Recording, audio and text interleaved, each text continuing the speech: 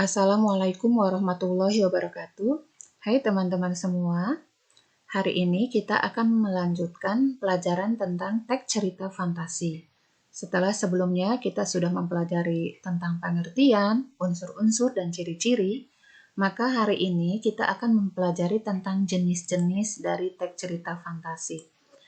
Yang pertama, yaitu berdasarkan kesesuaian dengan kehidupan nyata. Nah, di jenis cerita fantasi yang berdasarkan kesesuaian dengan kehidupan nyata, cerita fantasinya itu dibagi menjadi dua. Yang pertama yaitu fantasi total dan yang kedua fantasi sebagian atau irisan. Apa itu fantasi total? Di fantasi total yaitu semua objek yang terdapat pada ceritanya itu tidak dapat dijumpai di kehidupan nyata. Seperti nama tokoh ataupun nama tempat itu tidak ada di kehidupan nyata. Contohnya di cerita Nataga the Little Dragon. Nah, di sini mengisahkan petualangan 6 ekor komodo, ya, di mana salah satu tokohnya itu ada yang bernama Nataga. Nah, nama Nataga itu pernah nggak kalian mendengar di kehidupan nyata? Tidak pernah kan? Ya, kemudian di sini tempatnya diceritakan di Pulau Tanamodo. Nah, di Tanamodo itu pernah nggak kalian mendengar sebuah pulau yang bernama Tanamodo? Mungkin kalau Pulau Seribu kalian pernah mendengarnya, ya. Tapi kalau Pulau Tanamodo kalian tidak pernah mendengarnya, karena memang ini hanya cerita atau rekaan pengarangnya saja. Kemudian yang kedua yaitu fantasi sebagian atau irisan. Nah, cerita ya di fantasi sebagian itu adalah cerita yang mengungkapkan fantasi, namun masih memiliki nama serta tempat yang dapat dijumpai di kehidupan nyata. Di sini contohnya yaitu cerita Anak Rembulan, ya, karya Joko Lelono. Nah, di cerita Anak Rembulan itu dikisahkan ada seorang anak yang bernama Nono. Nah, nama anak Nono itu pernah nggak kalian mendengarnya? Dan di sini diceritakan juga nama tempatnya itu Desa Ulingi. Pernah kalian mendengar nama Desa Ulingi? Di kehidupan nyata itu ada, yaitu di daerah Blitar, tepatnya di daerah Jawa Timur. Nah, ini ya, fantasi sebagian. Jadi nama ataupun tempat itu masih kita temukan di kehidupan nyata. Tapi ceritanya benar-benar hanya imajinasi pengarang saja. Kemudian yang selanjutnya, yang kedua, jenis fantasi yang kedua yaitu berdasarkan latar ceritanya. Nah, berdasarkan latar ceritanya, cerita fantasi terbagi dua juga, yaitu latar sejaman dan latar lintas waktu.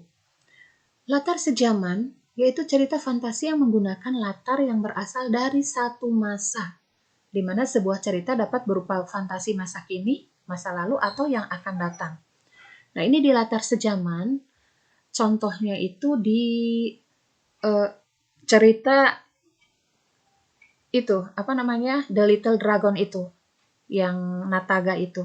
Dia menceritakan satu masa. Jadi dalam satu masa yang sama. Dalam satu waktu yang sama. Tapi kalau latar lintas waktu yaitu cerita fantasi yang menggunakan dua latar waktu yang berbeda. Contohnya di cerita Anak Rembulan, ya. Di situ diceritakan awalnya si Nono itu berada di sebuah pohon kenari. Tapi tiba-tiba kemudian dia berada di zaman Belanda. Nah, ini latar lintas waktu. Selanjutnya yaitu struktur teks cerita fantasi. Nah, struktur teks cerita fantasi itu terbagi tiga, yaitu ada bagian orientasi, ada bagian komplikasi, ada bagian resolusi. Nah, di bagian orientasi itu berisi apa? Yaitu berisi tentang pengenalan tokoh. Ya, bisa pengenalan tokoh dan bisa juga pengenalan latar. Latar meliputi tempat, waktu, dan suasana. Nah, di sini contohnya, Minggu Pagi yang Cerah. Minggu Pagi yang Cerah itu ada latar apa di sini? Minggu pagi ada latar waktu, yang cerah ada latar suasana. Ardi, Handi, dan Dani. Nah, ini merupakan apa? Pengenalan tokoh. Tokohnya itu ada Ardi, Handi, dan Dani. Berada di Candi Trowulan. Nah, Candi Trowulan ini merupakan latar tempat, ya. Nah, di sini di bagian orientasi itu adalah berisi pengenalan, ya, pengenalan tokoh, pengenalan latar. Kemudian masuk ke komplikasi. Apa itu komplikasi? Yaitu berisi tentang hubungan sebab akibat munculnya suatu permasalahan hingga masalah memuncak. Nah, ini adanya di bagian komplikasi, ya. Ada masalah di sini, timbul masalah. Contohnya, tolong, tiba-tiba terdengar suara Handi berteriak minta tolong. Dani dan Ardi yang berada tidak jauh dari tempat itu segera berlari menghampiri. Betapa kagetnya mereka melihat Handi berada di sebuah lubang dan hanya kelihatan tangannya saja. Nah, seperti itu. Jadi di sini sudah mulai timbul konflik, timbul masalah, yaitu diakibatkan terperosoknya si Handi dan kemudian minta tolong dan kemudian kedua temannya itu datang menolongnya.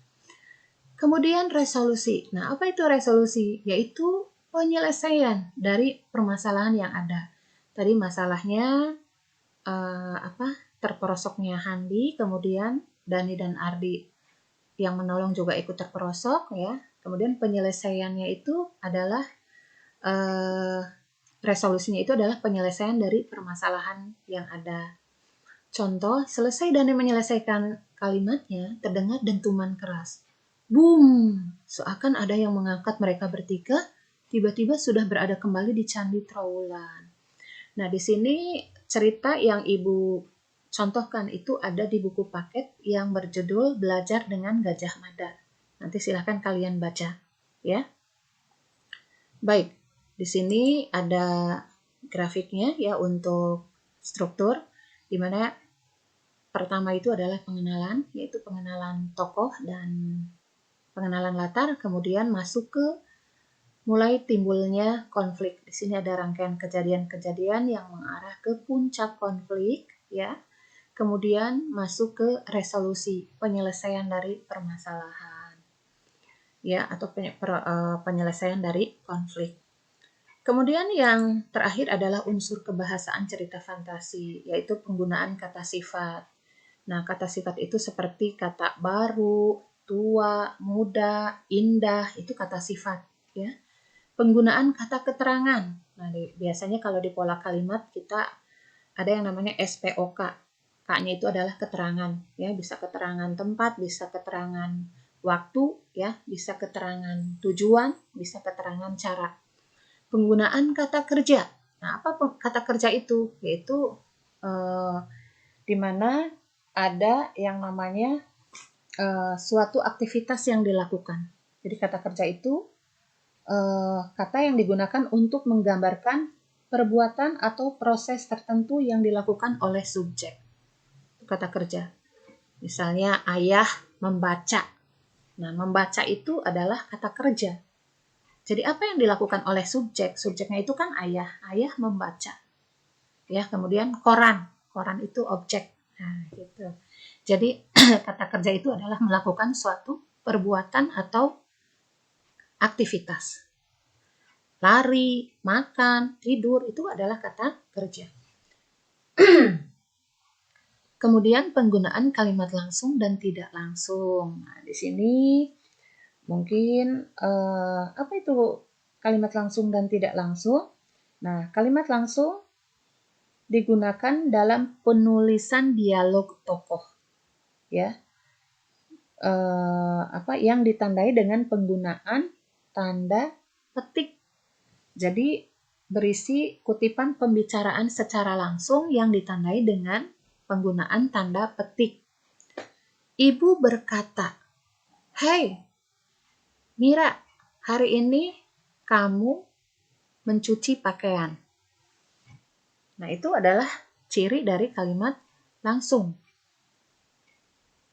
Kalau dari kalimat tidak langsung apa? Contohnya, ibu berpesan padaku agar hari ini aku tidak bermain terlalu jauh. Seperti itu. Ya. Kemudian penggunaan istilah. Nah, istilah-istilah ini sering kita temukan dalam kehidupan sehari-hari ataupun di sekolah, ya. Itu banyak sekali istilah-istilah. Contoh misalnya kalau di pelajaran ada istilah yang namanya reboisasi, ya. Kemudian ekosistem. Nah, itu adalah istilah. Kalau misalnya di dunia kedokteran, itu ada yang namanya transfusi. Nah, apa itu transfusi? Itu istilah, ya. Kemudian kalau di bidang ekonomi, itu ada yang namanya inflasi. Nah, inflasi itu adalah istilah. Kemudian yang terakhir adalah penggunaan majas. Nah, kemarin kita sudah mempelajari tentang majas ya. Apa itu majas? Nah, itu gaya bahasa yang digunakan dalam cerita untuk memperindah kalimat. Nah, ini majas. Kalian sudah mempelajarinya. Kemarin ada 10 majas. Ya, ada anafora, ada personifikasi, kemudian ada apa? Banyak yang sudah kalian pelajari ya. Baik, sampai sini Ibu harapkan sudah jelas apa yang Ibu sampaikan ya.